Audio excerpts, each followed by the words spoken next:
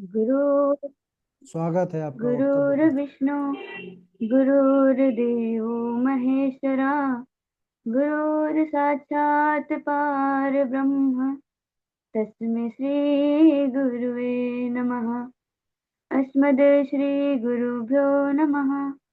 अस्मद् परम गुरुभ्यो नमः।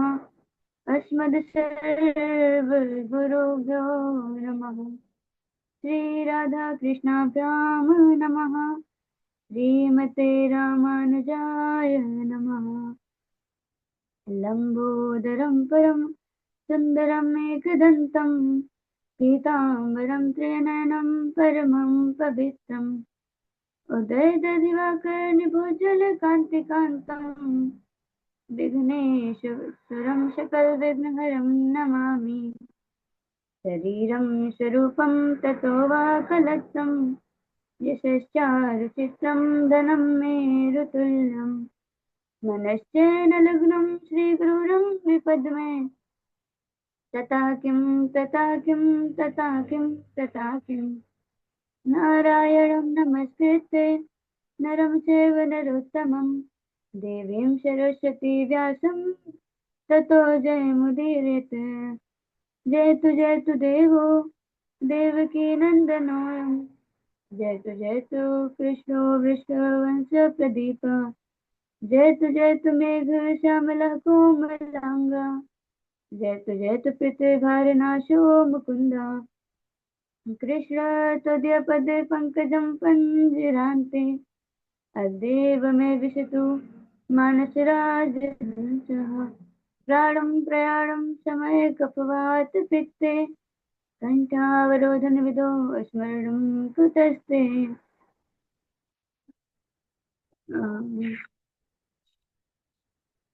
करारविन्देन पदारविन्दम् मुखारविन्दे विनिवेशयन्तम् वटपत्रस्य पुटे शयानम् बालं मुकुन्दं मनसा स्मरामि।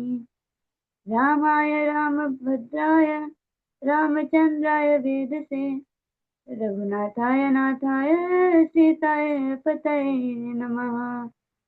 भक्ति भगवंत गुरु चतुर्नाम वपु एक इनके पद वंदन किए नाचत विघ्न अनेक। अंजनानंदनम वीरम जानकी शोकनाशनम कपिसमक्षहंतारम वंदे लंका भयंकरम। अनंत कोटि ब्रह्मांड नायक अचिंत्य कल्याण गुणगण निधान अकारण करुणा वरुणालय अकारण करुणाकारक सकल जन कल्यशापहारक परात्पर प्रब्रह्म अनंत कोटि कंदर्प दर्प दलन प्रज्ञान निर्गुण निराकार त्रिगुण साकार जगदेक बंधु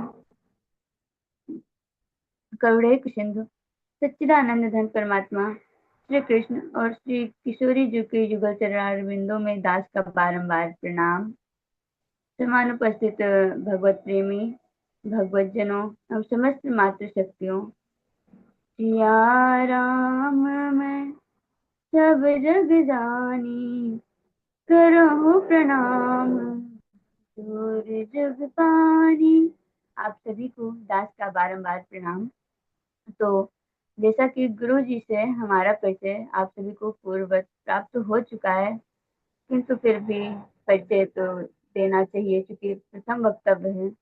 तो हमारा नाम सची तिवारी है और मैं इस भौतिक जगत में कक्षा बीए की फर्स्ट सेमेस्टर की छात्रा हूँ। उत्तर प्रदेश में जो गोंडा जिला है, मैं वहाँ निवास करती हूँ और मैं आप सभी की तरह इस आध्यात्मिक जगत में श्री कृष्ण जी की भक्ति में रुचि रखती हूँ और आप सभी के साथ में अध्ययन करने के लिए उपस्थित हूँ। यह हम सभी का परम सौभाग्य है। तो आज हम महात्मा जानेंगे कि हमारे भागवत महाप्राण का महात्म क्या है। तत्पश्चात हम देवी मीरा, जिनको हम मीराबाई के नाम से जानते हैं, उनका चरित्र सुनेंगे और रस में मग्न हो जाएंगे। तो चलिए शुरू करते हैं। भगवता इदं स्वरूपं भागवतं अर्थात जो भगवान श्री कृष्ण का स्वरूप है, हम उसे भागवत कहते हैं। तेन तेनेयम वांग्मयी मूर्ति प्रत्यक्ष कृष्ण एव हि। अर्थात वह भागवत जो श्री कृष्ण की प्रत्यक्ष मूर्ति है, उसे हम भागवत कहते हैं। श्री कृष्ण के शब्दमयी मूर्ति को हम भागवत महापुराण कहते हैं। भगवतः वाच प्रोक्तम भागवतम, अर्थात जिसे श्री कृष्ण ने उपदेश किया है, जो हमारे श्री लाल जी के द्वारा कहा गया है, हम उसे भागवत कहते हैं। भगवता चरितम यस्मिन् तद् भागवतम, अर्थात जिसमें हमारे श्री लाल जी का चरित्र है, पावन चरित्र है, उसे हम भागवत कहते हैं। श्री भगवत्या श्री राधायाः गुप्तचरितम यस्मिन् तद् भागवतम, जिसमें हमारे श्री कृष्ण ने हमारी प्रिया जी के गुप्त चरित्रों का वर्णन किया है, हमारी श्यामा जी के गुप्त चरित्रों का गान किया है, हम उसे भागवत कहते हैं। भगवतो श्री राधा कृष्णयोः इदं स्वरूपम भागवतम, हमारे प्रिया प्रीतम श्री कृष्ण और श्री राधा जी का जो युगल स्वरूप है, हम उसे भागवत कहते हैं। भक्ति ज्ञान विराग्रम यस्मिन् तद् भागवतम, अर्थात जिसमें हमें भक्ति ज्ञान वैराग्य इन सभी तथ्यों का ज्ञान प्राप्त होता है, उसे हम भागवत कहते हैं। सर्गश्च प्रतिसर्गश्च वंशो मन्वन्तराणि च वंशाय चरितं चैव पुराणं पंक्तिलक्षणम्। यहाँ पर सूक्ष्म सृष्टि, स्थूल सृष्टि आदि में सूर्य चंद्रमा के वंश का वर्णन किया गया है। ऐसे पंक्ति लक्षणों से युक्त ग्रंथ को हम पुराण कहते हैं। और हमारे जो भगवत जी हैं, जो भगवत गीता है, उसमें ऐसे 10 लक्षणों का वर्णन किया गया है, जिसके कारण हम इसे महाभागवत पुराण कहते हैं, महापुराण कहते हैं। और इसमें सर्वप्रथम महात्म का वर्णन होता है। महात्मा जिसका अर्थ है महिमा, अर्थात इसमें सर्वप्रथम श्री कृष्ण और श्री राधा जी के और हमारी महापुराण श्री भागवत जी के महिमा का वर्णन करते हैं। तो अभी आप सभी ने इनकी महिमा का श्रवण किया है। अब चलिए एक प्यारे से भजन और कीर्तन के साथ अपनी वाणी को शुरू करते हैं और एक प्यारा सा भजन के साथ मीरा बाई का चरित्र श्रवण करते हैं। राधा राधा नाम, श्री राधा राधा नाम, हमको प्राणों से प्यारा है। राधा राधा नाम, श्री राधा राधा नाम, हमको प्राणों से प्यारा है। ये मेरे जीने का सहारा है। राधा राधा नाम, राधा राधा गाऊं तो मेरे मन के मंदिर में पायल छन गाती है। ये मधुवन की कुंजे, बरसाने की गलियां सपनों में आती है। मेरा तो बिन इनके, मेरा तो बिन इनके एक पल भी ना गुजारा है। मेरे जीने का सहारा है। राधा राधा नाम, श्री राधा राधा नाम, हमको प्राणों से प्यारा है। कीर्तन ही तपस्या है, कीर्तन ही समाधि है, न पूजा और कोई। तन मन से मैं उनकी हूँ और सिर भी मेरी है, न दूजा और कोई। बरसाने की रज में, बरसाने की रज में हमको मिल जाना दोबारा है। श्री राधा राधा नाम, राधा राधा नाम, हमको प्राणों से प्यारा है ये मेरे जीने का सहारा है। तो बोलिए श्री किशोरी जो की जय, श्री राज महाराज की जय। तो शुरू करते हैं हमारी महारानी, जो सभी के हृदय में मीराबाई के नाम से प्रचलित है, उनका चरित्र। हमारी मीराबाई जी राजस्थान के एक स्थान में उन्होंने जन्म लिया। और जब धीरे धीरे बड़ी हुई तो हम लोग को प्रथम प्रसंग यह मिलता है कि जब वह तनिक बड़ी हुई तो उनकी माता को शादी का निमंत्रण प्राप्त हुआ। तो जब उन्हें शादी का निमंत्रण प्राप्त हुआ तो वह अपनी पुत्री मीरा को भी साथ में लेकर गई। और चूंकि ये राजकुमारी थी तो इनकी ठाट बाट भी बहुत अच्छी थी और इन्हें किसी भी चीज का कोई दुख नहीं था। तो जब ये लेकर गई उनको विवाह में तो इन्होंने वो सारे कार्यक्रम देखे। और उसे देखने के बाद में मतलब जब राजस्थान में पति जो होते हैं, पत्नियां उनको बींद बुलाती हैं, तो फिर जब उस स्त्री का बींद आया तो मीरा जी ने जिज्ञासा बस अपनी माता से पूछा, माँ मेरा बींद कौन है। तब वह बोली कि वो मतलब कार्य में ज्यादा व्यस्त थे, तो उनके समीप ही श्री कृष्ण का विग्रह रखा हुआ था सुंदर सा। तो उन्होंने उनकी ओर इशारा किया हाथों से और कहा कि पुत्री ये है तुम्हारे बीन। अब जो ही मीरा ने यह सुना कि वह इनके बीन हैं, मीरा तो प्रसन्न हो गई कि श्याम वरण और मोर मुकुटधारी श्री गिरधर मेरे पति हैं। और यह सुन के मीरा बहुत प्रसन्न हुई और फिर उन्होंने उनकी पति की तरह ही सेवा करना भी प्रारंभ कर दिया। मतलब उनको अपने जब सोने से पहले सुलाती, भोजन से पहले भोजन करती, उनके समीप जल झाड़ी सदैव रखती कि कहीं मेरे पति को प्यास ना लग जाए। अब इस स्थिति में जब उनके पिता ने और माता ने इन सबको देखा तो चूंकि वह एक राजकुमारी कन्या थी, तो उन लोगों को ऐसा लगा कि कहीं ऐसा ना हो कि हमारी पुत्री संन्यास ले लें और हम लोगों को अपयश लग जाए। तो वह लोग इनको बहुत रोकते टोकते थे। तो इनके एक नाना श्री थे, तो वह यह समझ चुके थे कि ये मीरा इस संसार के लिए नहीं बनी है और यह अब विरक्त होगी। तो ये अपने नाना को अक्सर सारी बातें बताया करती थी। और जब ये सेवा करती तो जो सेवा में मतलब त्रुटि होती या उससे जुड़ी कोई भी बातें होती तो वो अपने नाना सा से जरूर बातें करती। तो एक दिन ऐसे ही मतलब जन्माष्टमी आई, तो सभी लोगों ने धूमधाम से जन्माष्टमी का त्योहार मनाया।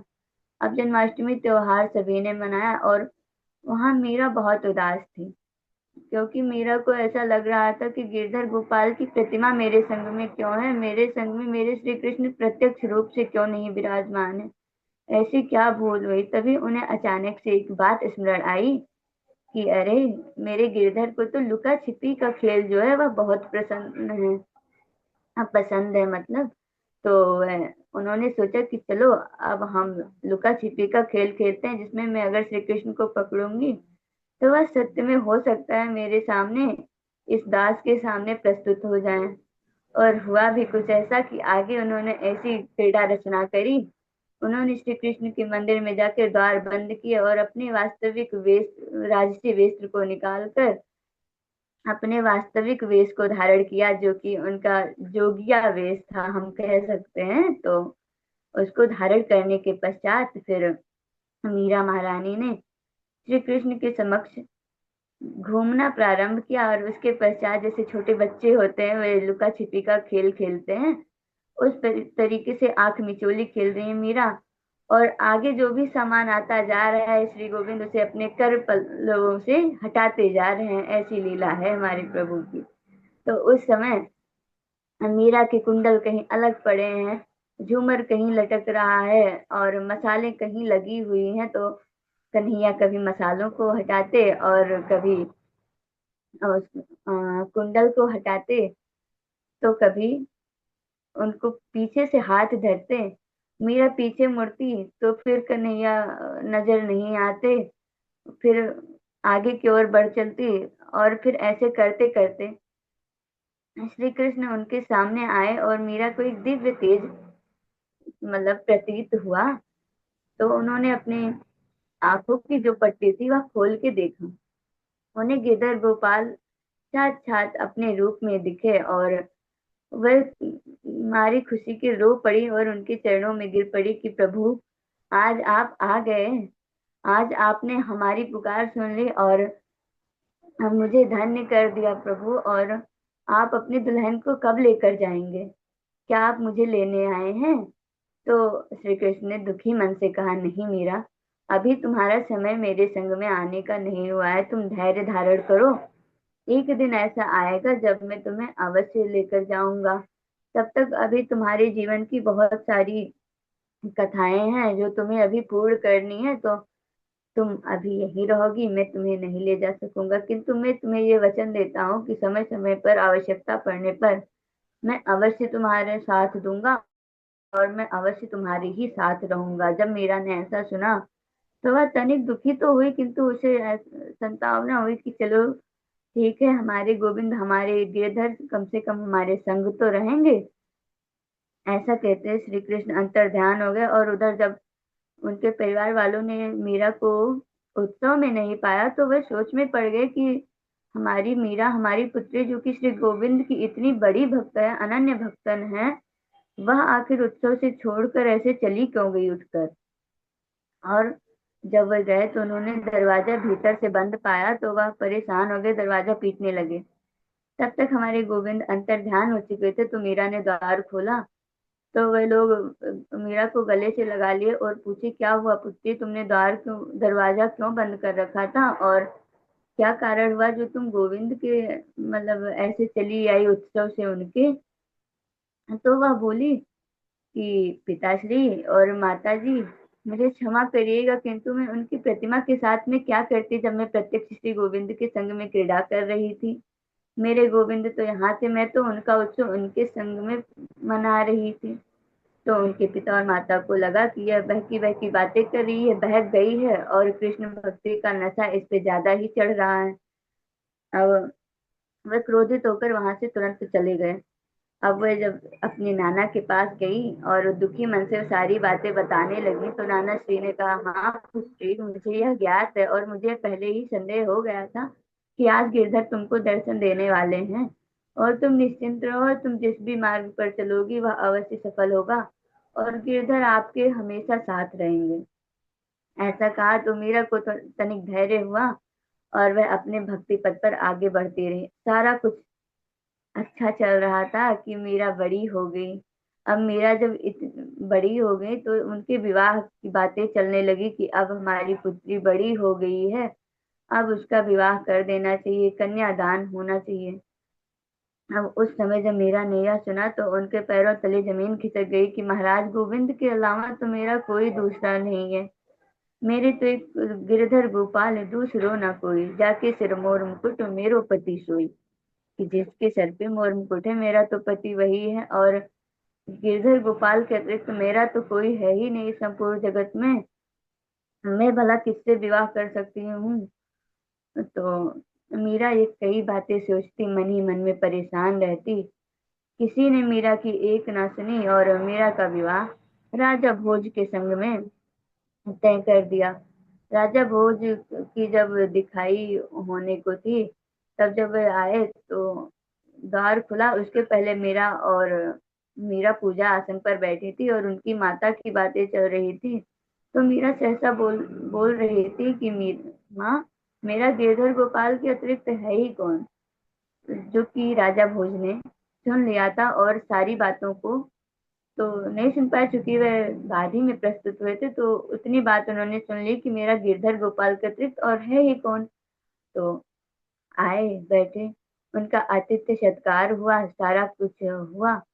और जब विवाह तय हो गया तो उसके बाद में विवाह हुआ, सारी रस्में हुई, सब कुछ हुआ। किंतु जब मीरा और भोज के विवाह के पश्चात प्रथम रात्रि आई, मीरा बहुत चिंतित थी कि अब मैं किसी पर पुरुष के संग में कैसे शयन कर सकती हूँ। मैं किसी पर पुरुष की परछाई भी कैसे बर्दाश्त कर सकती हूँ। जब मेरे गिरधर गोपाल हर पल मेरे समक्ष रहते हैं तो वो मेरे बारे में क्या सोचेंगे, और मुझ अधम को क्या कहेंगे कि ये बड़ी माननी फिरती है और ऐसे ऐसे कर्मों को करती है। अब वे मन ही मन में बहुत दुखी हो रही है। ऐसा सोचकर मीरा ने एक युक्ति लगाई और उन्होंने जमीन पर ही आसन लगा के, बिस्तर लगा के और विश्राम करना चाहा, मतलब वह बिस्तर लगा के सो गई।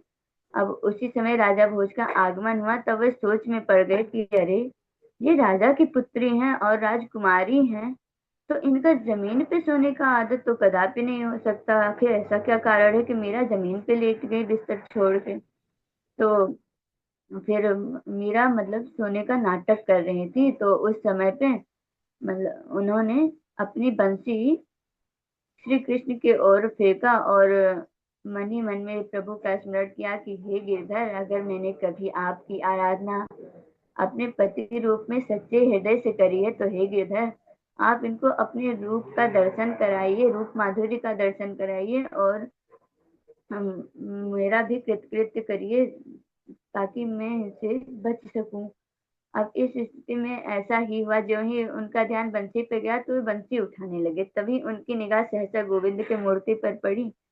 उस गोविंद से अचानक से उस उन मूर्ति से अचानक से एक आभा निकली, जो मानो यह कहना चाहती हो कि राजा भोज, देवी मीरा आपके स्पर्श और आपसे बहुत परे हैं।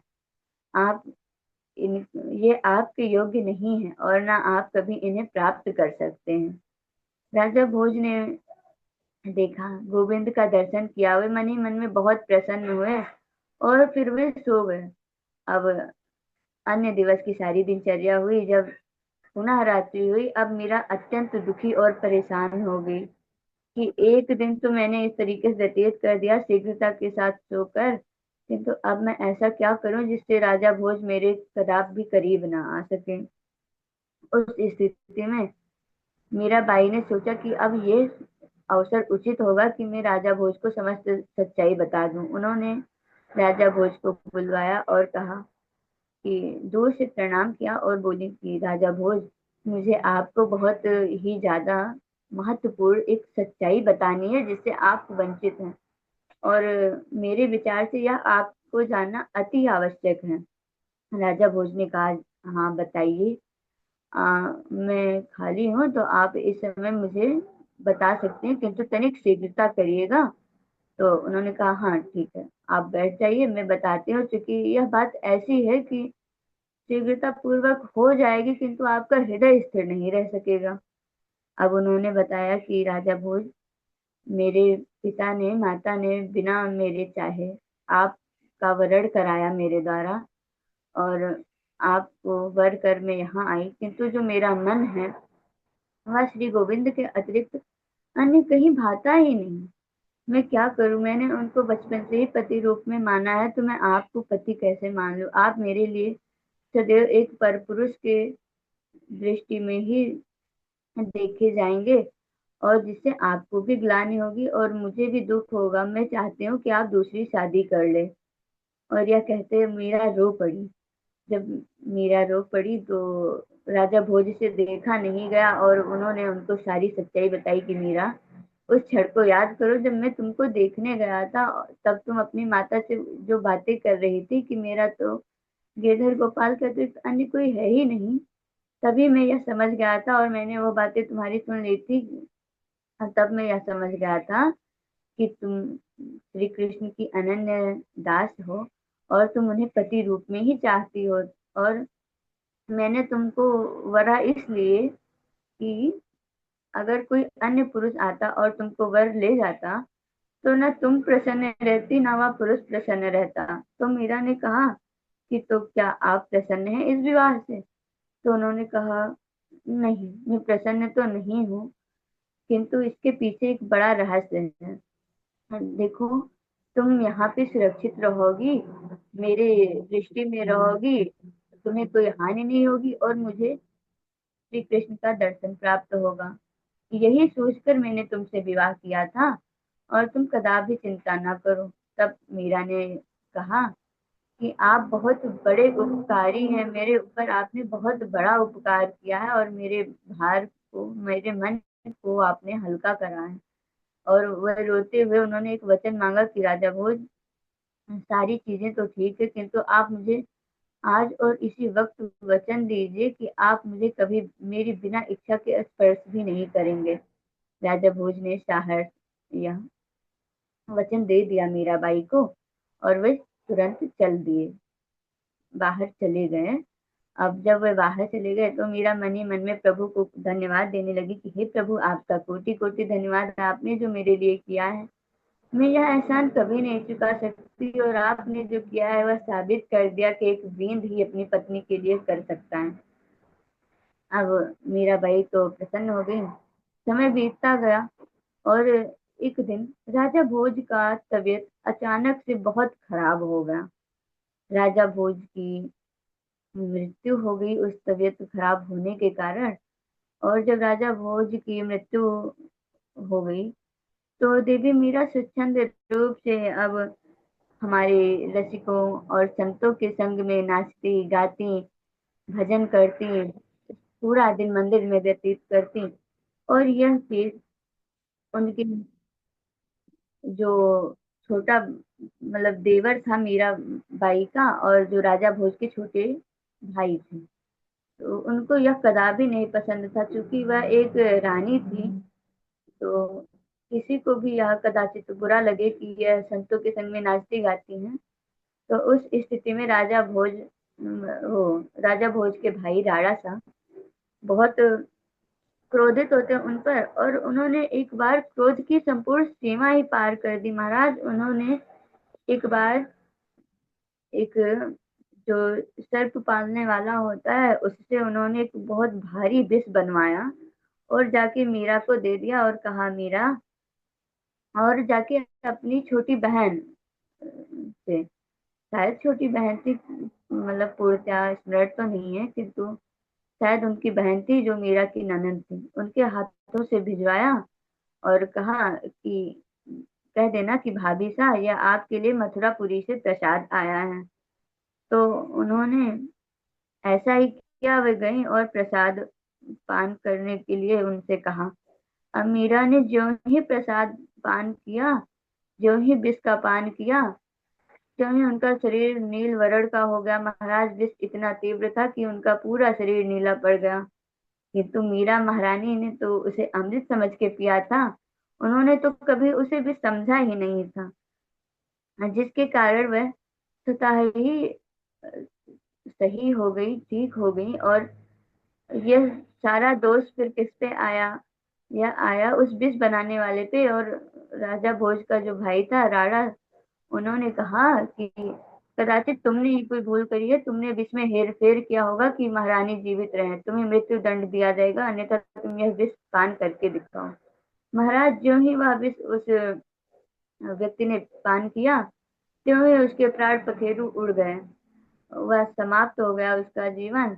और जब यह राजा ने देखा तो वे सोच में पड़ गए कि अगर यह इसका इतना भारी प्रभाव है कि इसके पान मात्र से तुरंत ही इस व्यक्ति की मृत्यु हो गई, तो ये मीरा कैसे बची रह सकती हैं? और आखिर क्या कारण हुआ कि मीरा, महारानी जो ये है, वो बची रह गई? अब उन्होंने कुछ नहीं कहा। फिर उन्होंने फूल, टोकरी में फूल के बीच में सर्पों को रख के भिजवाया। यह दूसरा प्रयास था उनका, चूंकि पहला प्रयास भी सफल हो गया था और मीरा की कोई भी भक्ति में रुकावट नहीं आई थी, और रिंच मात्र का भी दुख उनको नहीं था इस बात का। अब उन्होंने फूलों की माला के बीच में सांपों को रख दिया। तो इस प्रसंग में एक प्यारा सा गीत है, सुनिएगा।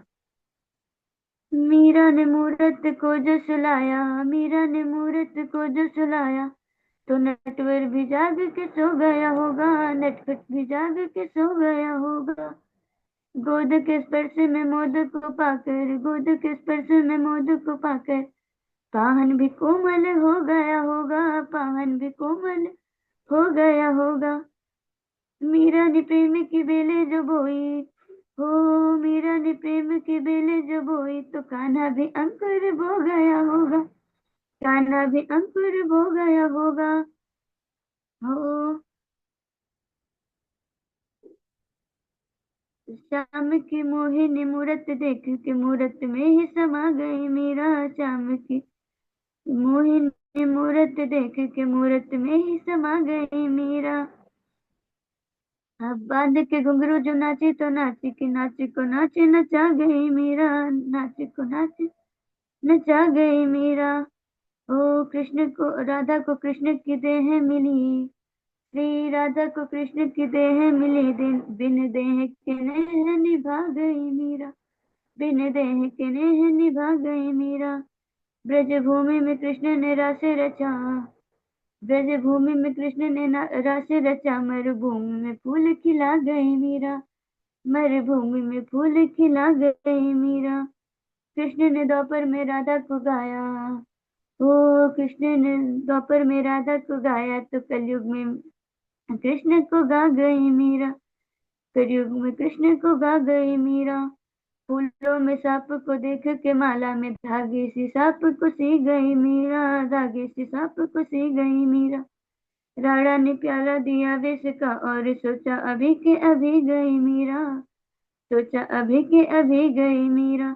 मीरा ने विष तो पिया ही नहीं, ऐसे मौत को मार के जी गई मीरा, मौत को मार के जी गई मीरा। कृष्ण के प्रेम का प्याला है ये, कृष्ण के प्रेम का प्याला है ये, रणधारे से प्रेम को पी गई मीरा, रणधारे से प्रेम को पी गई मीरा। बोले मीरा महारानी की जय। तो हमारी मीरा महारानी श्री कृष्ण दीवानी इस प्रकार से थे कि उनपे ना विष का कोई प्रभाव हुआ और ना उन सर्पों का कोई प्रभाव हुआ। उन सर्पों ने तो महारानी के गले में लपेट के उनको प्रणाम करके नतमस्तक होकर वे तो स्वतः ही चले गए।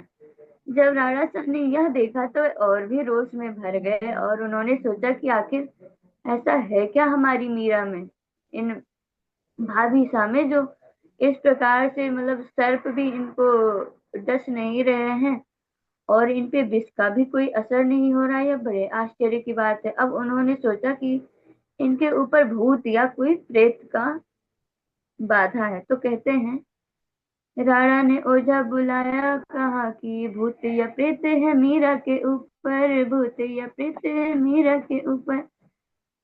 कृष्ण कृष्ण रटती रहती है, घूमती है दर बेदर, घूमती रहती है दर बेदर। जिह्वा पे कृष्ण का नाम न आ सके, मंत्र कोई ऐसा मारिए इस पर, जिह्वा पे गिरधर नाम न आ सके, मंत्र कोई ऐसा मारिए इस पर। ओझा ने मीरा की आंखों में देखा, ओझा ने मीरा की आंखों में देखा, तो ओझा भिगा उठा गिरधर गिरधर, ओझा भिगा उठा गिरधर गिरधर। ऐसी है हमारी मीरा महारानी की जब ओझा को बुलाया गया तो वह ओझा भी इनके आंखों में देखकर श्री कृष्ण के प्रेम में ऐसा डूबा कि उसने तो बिन कुछ किए ही वह कृष्ण दीवाना हो गया और वह भी गिरधर गिरधर गाने लगा। अब जब ये सब हो गया तो उन्होंने उन्होंने मतलब राणा शाह ने सारी उम्मीदें छोड़ दी कि अब मीरा जिस मार्ग पे जा रही है उनको जाने दो, राजपाज आखिर उनको करना नहीं है तो हमें उनसे क्या दोष। अब वे तनिक वृद्धावस्था की ओर चल दिए और अब महारानी मीरा भी तनिक वृद्ध हो चुकी थी। तो अब उन्होंने जब यह सारी घटनाएं सह ली तो वह वृंदावन चली गई। वृंदावन जाकर वह सबसे पहले तुलसीदास जी से मिलने के लिए प्रयत्नशील हुई। वह उन्होंने सोचा कि तुलसीदास जी बहुत बड़े रसिक संत हैं और अगर हम उनसे मिल सके तो यह हमारा बड़ा सद्भाग्य होगा, क्योंकि उस समय कदाचित तुलसीदास जी जो थे वह मथुरा में निवास करते थे शायद। तो मीराबाई अपने जो दासी थी चूंकि उनकी वह भी उनके संग में चली आई थी मथुरा, तो उन दासियों के संग में गई और वहां द्वार पे खड़ी हो गई। तो जो वहां के संत जन थे, उन्होंने कहा यहाँ पे महिला का प्रवेश नहीं है, प्रवेश वर्जित है। हमारे गुरु जो हैं वे महिला का प्रवेश नहीं होने देते, वे महिलाओं से दूर रहते हैं, वे ब्रह्मचारी हैं। मीरा ने सिर्फ एक शब्द कहा कि मुझे आज पता चला कि हमारे ब्रज मंडल में, हमारे संपूर्ण मथुरा में कोई श्री गिरधर को छोड़कर अन्य पुरुष भी है। महाराज, इतने वचन सुनते ही गोस्वामी तुलसीदास जी के तो जो ध्यान था वह भंग हो गया और वे दौड़कर मीरा महारानी के समक्ष आ गए। जब संतों ने यह देखा कि इकबाल ब्रह्मचारी ने अपना ब्रह्मचर्य छोड़ दिया इनके कारण, तो वह भी स्वतः ही नतमस्तक हो गए और सोचने लगे कि आखिर ऐसा क्या कह दिया। तब तभी गोस्वामी जी बोल पड़े कि अरे, मुझे माफ करिएगा, मुझसे तो बहुत बड़ी भूल हो गई। मैं ये किस चक्कर में पड़ा था कि मैं एक पुरुष हूँ और ब्रह्मचर्य का पालन करूंगा, और अगर स्त्री समीप रहेगी तो ब्रह्मचर्य नष्ट हो जाएगा। मुझे तो सिर्फ यही भान था, किंतु आज आपने मेरे नेत्रों को खोल दिया। मुझे माफ करिए और आप समस्त सखियों के, दासियों के संग भीतर प्रवेश करिए। अब महाराज, मीराबाई भीतर गई। कुछ पल उन्होंने वहां व्यतीत किया। अब वहां व्यतीत किया तो और भी वृद्ध आयु को वह प्राप्त हुई, तो अब उनकी कृष्ण मिलने की आस टूटने सी लगी। महाराज, वे चारपाई पे पड़ी रहती, गिरधर गिरधर गिरधर इस प्रकार के सुंदर अक्षरों का, नामों का जप करती रहती। और जो कोई इनको देखता वह बहुत दैन्य भाव से देखता कि अरे, बेचारी ने पूरा जन्म लगा दिया किंतु इसके गिरधर ना आए। एक दिन मीरा की तबीयत स्वतः ही खराब हो गई महाराज। अब उस समय में श्री कृष्ण ने ही एक ब्राह्मण का, एक वैद्य का रूप धारण किया और इनके दरवाजे पे दस्तक दिया। उन्होंने कहा कि मुझे लगता है कि क्या यहाँ पे किसी की तबीयत खराब है। मुझे ऐसा प्रतीत हो रहा है, मन से ऐसी आवाज आई और मैं दौड़ा यहाँ पे चला आया हूँ। अगर कोई है ऐसा तो कृपा कर मुझे बताइए, मैं उसे ठीक कर सकता हूँ। जब ऐसा उन दासियों ने सुना तो वह हर्षित हो गई, क्योंकि उनको तो मीरा महारानी के जीने की आस चाहिए थी।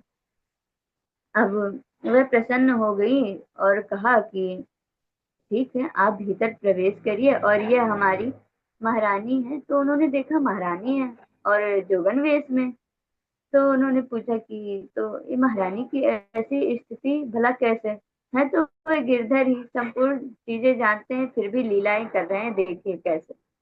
तब उन्होंने जब ये पूछा तो उन्होंने सारा वृतांत सुनाया। तब उन्होंने नब्ज पकड़ लिया और उन्होंने कहा, अरे, इनको तो कोई रोग नहीं है, इनको तो कृष्ण नाम की सिर्फ दवा चाहिए। अब महाराज, जब उन्होंने ऐसा कहा तो और उनके शरीर पे अपने हाथों को फेर दिया। अब हाथों को फेरने से ही मीरा महारानी के शरीर में बल दौड़ उठा और वह तनिक बल उनके शरीर में आ गया। अब उस स्थिति में भी उनका नाम जपना बंद होता और आंखों से झरझर आंसू बहते रहते, हे कृष्ण, हे कृष्ण, कब आओगे, कब आओगे। अब तो पूरा दिन व्यतीत हो गया, अब रात्रि में आ जाओ। रात्रि व्यतीत होती तो कहती, हे गिरधर, अब तो रात्रि व्यतीत हो गई है, अगला सुबह हो गया, अब तो आ जाओ, अब मेरे प्राण निकल जाएंगे। तो एक दिन उनको स्वप्न में दर्शन दिया गिरधर ने कि हे गिरधर, मतलब हे मीरा, तुम तनिक भी चिंता ना करो, मैं तुम्हारे संग, तुम्हें लेने बस कुछ ही दिनों में आने वाला हूँ। और तुम ये भजन कीर्तन करती रहो, किंतु जब तुमको कोई लेने आएगा तब मैं तुम्हें लेने आऊंगा। उन्होंने सोचा, यह कैसा बात हुआ कि जब मुझे कोई लेने आएगा तब मेरे गिरधर मुझे लेने आएंगे। क्या मेरे गिरधर किसी को ले जाने का मेरा इंतजार कर रहे हैं? जब मुझे कोई ले जाएगा तो वो क्या लेकर जाएंगे। तो फिर उनको यह बात थोड़ी अटपटी लगी, किंतु फिर भी आखिर दास थी और उनके हृदय में कृष्ण प्रेम भी अथाह था, स्वीकार कर लिया। और नाम रटन उन्होंने बंद नहीं किया। सदैव मुख पर कृष्ण हरे कृष्ण रहता। और एक दिन अचानक से उनके भतीजे आ गए, उनके भतीजे उनको लेने आ गए। और जब उनके भतीजे उनको लेने आए तो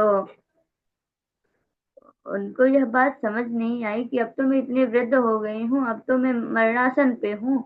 अब मैं महल में जाके सुख भोगूं और मेरे गिरधर अभी मुझे नहीं मिले हैं, मैं क्या करूं। उन्होंने तनिक देर विचार किया और कहा, अच्छा ठीक है। फिर उनको अचानक से स्मृति आई कि अरे, गिरधर ने कहा था मुझे कोई लेने आएगा तब मिलूंगा मैं लेकर जाऊंगा तुमको अपने संग में। उन्होंने यह सोचा और कहा कि अच्छा ठीक है, तनिक इंतजार करो, मैं अभी अपने गिरधर से मिलकर आती हूँ। महाराज, ज्यों ही वह गिरधर से मिलने गई, पट अपने आप बंद हो गए और पट खोलने से भी ना खुल रहे थे। उस समय ऐसा प्रतीत हो रहा था मानो किसी ने इतना कस के उस पट को बंद कर रखा है, वह पट स्वयं से ही जाम हो गया है कि वह लोहा का हो गया। मतलब वो किसी संत जन को ही नहीं समझ आ रहा था कि आखिर मीरा के भीतर प्रवेश करते हुए यह द्वार अपने आप इस तरीके से कैसे हो गया, इसमें इतना बल कैसे लग रहा है, यह आखिर इतना भारी कैसे हो गया, यह खुल क्यों नहीं रहा। अब उस समय पे जब किसी तरीके से महाराज उन लोगों ने दरबार खोला, तो महारानी मीरा का जो साड़ी थी, जो वस्त्र था, वह गोविंद की मूर्ति में लिपटा मिला और मीरा जी अंतर ध्यान थे। बोलिए मीरा महारानी की जय, श्री कृष्ण प्रियतमा की जय। उस समय बोले वृंदावन जब बिहारी लाल की जय। बहुत सुंदर, ठीक है। जय चलिए जय। सची तिवारी जी, बहुत अच्छा, शैली आपकी बहुत बढ़िया है। और लेकिन पूरा मेरा चरित्र नहीं करना है, क्योंकि कृष्ण चरित्र है। मेरा तो कृष्ण ही है, कृष्ण का ही एक भक्ति का रूप है। लेकिन फिर भी आपको जो पढ़ाया जाता है, लिखाया जाता है, नोट्स दिया जाता है, उसमें से प्रवचन करना है, ठीक है ना। मीरा जी का चरित्र तो आपको आता ही है, जो नहीं आता उसको तैयार करना है, ठीक है। हाँ, बाकी आपका वक्तव्य बहुत अच्छा है, ठाकुर जी कृपा बनी रहे। हमारे झा जी भी सुन रहे थे। बहुत सुंदर, बहुत सुंदर। भक्त मीरा का चरित्र सुनकर हम बहुत कृतार्थ हुए आपकी। जी और आपके ऊपर राधा माधव की कृपा बनी रहे। जैसा गुरुदेव अभी निर्देश दे रहे हैं कि श्रीमद् भागवत की कथा को ही वक्तव्य में स्थान दें, आपके ऊपर राधा माधव की कृपा बनी रहे। जय श्री राम। जी, हाँ, जय श्री कृष्णा। तो चलिए एक प्यारा सा भजन करते हैं और अब इसको, इस कथा का समापन करते हैं। जय राधा माधव, जय कुंज बिहारी, जय राधा माधव, जय कुंज बिहारी, जय राधा राधा राधा, जय राधा राधा राधा, जय राधा राधा राधा, जय राधा राधा राधा। ओ कैसे न इतराऊं मैं, बरसाना मिला है। कैसे न इतराऊं मैं, बरसाना मिला है। ओ बरसाना मिला है, बरसाना मिला है, बरसाना मिला है, बरसाना मिला है। कैसे न इतराऊं मैं, बरसाना मिला है। वो एक दिन किशोरी जी सामने आ जाएंगी, एक दिन किशोरी जी सामने आ जाएंगी। राधा राधा कहते कहते सांस थम जाएगी। यही तो मोहब्बत का सिला है, बरसाना मिला है। ओ कैसे न इतराऊं मैं, बरसाना मिला है। हो अपनी पायल का घुंघरू बना लो मुझे, अपनी पायल का घुंघरू बना लो मुझे।